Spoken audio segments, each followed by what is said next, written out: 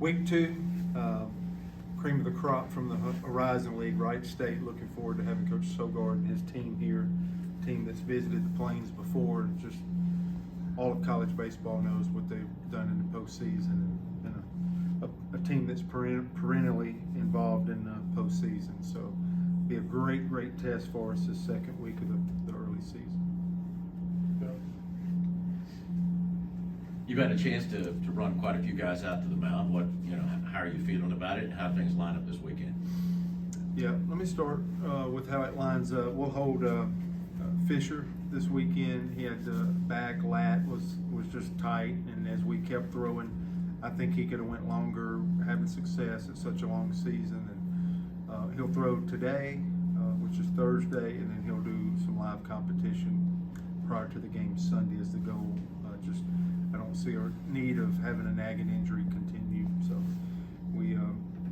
we'll try to do that, build him back up and miss a start. We'll move Dutton up a day from what we did last week, so Dutton will get game 1 TBA, and we'll keep Chatterton on Sunday and not upset the freshman's start-to-start routine, if you will. TBA, I guess we could place a couple of guys there, but I think it kind of lends to the respect of the opponent. What do we need to stay competitive behind Dutton in game 1? So I think we'll let the dust settle and probably pick somebody that we feel like's a reliever and just act like it's the 6th inning and pick up there in 2 or 3 innings and go from there and handle it that way. But I think that keeps the least amount of movement with a starter out for this second weekend. And then I just to finish, I love this midweek. I love how the bullpen performed. We've been looking for a long time for some bullpen pieces. And can we do that consistently? That's one outing, but those are some good outings that we had. Tilly and Jet Johnston come to mind, and then I thought that Graves gave us a second appearance and good work to get us an inning, and then Parker Carlson, one of our captains, just 3 innings and 27 pitches were just tremendous, and really had his best pitch going yesterday, and that helps us. It feels like in the past we'd have to use a couple more guys and maybe not be as strong going into a series. So all in all, Alvarez, we talked about that start, comparing back to the 9 strikeouts, and Keegan Thompson running it back to 2014. Last time we've had a freshman have an outing like that. I just thought he was superb, and I think it made it even better that the second batter of the game punched him right between the eyes and made him see stars. That made the outing even more special by how he settled. And I think they had 2 hits the first 2 batters, and I think the game ended with them getting 2 more hits. So just really good, and feels like a step for a week, and we'll ask them to continue to try to grow from it. It seemed like both Lucas Steele and Chase Fralick got a lot of time behind the plate just kind of through these first 4 games. What have you seen out of them behind the plate that you like? Just what sticked out about their performance? Just getting down to the coaching level, I took some opportunities from Strickland, probably. You know how high I am on Strickland, and I kept thinking he'd be a guy that I need to put in there late because I think he's such a defensive wizard. And the last 3 games, to your point, Fralick twice and Steele once, they looked in complete control of the ball game. And then I didn't think it was fair to bring in Strickland. I thought they had total control of the ball game. Our best framing metrics numbers, because analytics, the guys keep putting this stuff in my ear left and right. Fralick really caught above average from the peers of college baseball, was tremendous. They wouldn't chasing the ball the backstop, and when you start, like yesterday was 15 strikeouts. The day before was double-digit strikeouts, and I mean Tilly and Johnston's got like an 86, 87 mile per hour slider, and that stuff's hard to catch. And those guys did a really good job. So I feel like I gotta keep making sure I keep Strickland in the mix too, to answer your question. But I couldn't be more pleased, because you never know till somebody does something for the first time. Because you can practice till the cows come home, until the lights come on, and they do it.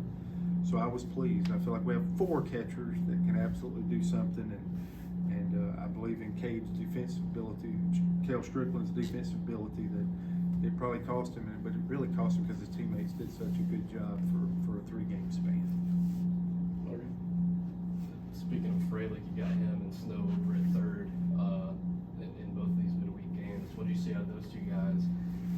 that something that you kind of are going to keep experimenting with this weekend, or is it a matchup-based decision, or what? Yeah, I mentioned yesterday some of our young players, Fralick, with Alvarez yesterday, Rembert hitting a home run, Terrell. If they just keep doing their job, they'll just be players that can help us win instead of freshmen. Was kind of the statement from yesterday. Guevara being out, we felt like he was really settled defensively at third base, and but Chase has done a nice job. And I thought Snow it had 2 routine plays yesterday, but really did a nice job. And Snow's already played 3 infield positions, and he swung the bat, a couple more good at bats yesterday.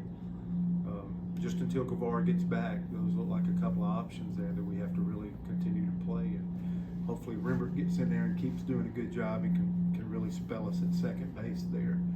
But all these guys have got to play, and every time these young players go out and play like they're capable and can get to their stuff and don't have the right look in their eye, they're going to get opportunities because they're talented and they can help us. But Snow was good. That's probably the position he played the least, and he did good with that yesterday.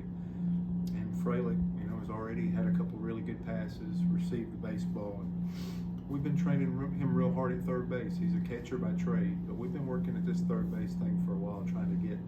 We knew the potential of his bat to get it on the field, so hopefully Eric's another 10 days or so, and we get him back on the field. It'll be interesting to see how we plug in. Fabian's doing a great job of leading. That's our coach on the field, so he's getting the second baseman and the third baseman lined up, and he's having good at bats. But he's such an important piece for this team right now, 5 games in at the stage, because he's directing traffic. If you've never played third base before, all you got to do is look to a guy 45 feet from you. He's going to tell you right where to go. Inside the base, 2 steps back, come with me, and I think that's something to mention when you talk about those 2 guys. I could just hear Fabian, coaching him the whole game. I love that stuff as a coach, by the way. Right. Yeah, I was just going to ask about Fabian though, and the hot start he's got at the plate too. How excited are you for that? I love it because of how I just ended the question of man, when you got a captain and a guy that helps you run your infield and can communicate and talk to somebody on the field, and he's swinging the bat good. I think the challenge coming out of last year to this year is the consistency to do that for a long period of time. That's what great players grow into. And this is a player that has a ton of tools and has all this leadership, and can he create consistency in his game? And the players make the lineup out. This isn't, man, am I rooting for him? Because that's a winning human being and the whole 9 yards, but the game don't care.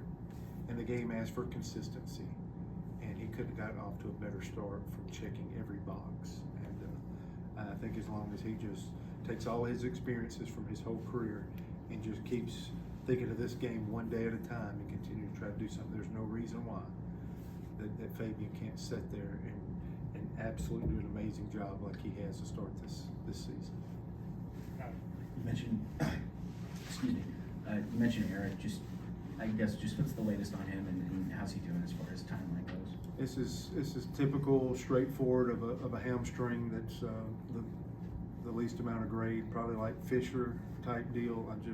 Let's just make sure these temperatures are down. We're moving games to day games. I'm trying to do the best I can with this team to help put them in the best position, as opposed to somebody having to try to play through something right now. We do have enough pieces, and I still want to uncover and see all these pieces. So back to your point, getting to play Fralick and getting to get Snow and look at some people at third base, I didn't want it to happen because Guevara's done such a nice job, but it allows us to keep trying to become a better team with somebody absent. And but it's simple. He's walking around the field. He's actually taking swings, and if you've ever really had a real hamstring, no way would you get off your backside and be swinging a bat this early. So we're cautiously optimistic, and think it's of the lightest grade that you can possibly have. But I think 10 days is a very respectful, reasonable, honest evaluation still. Everybody good? All right. Thank you, Coach.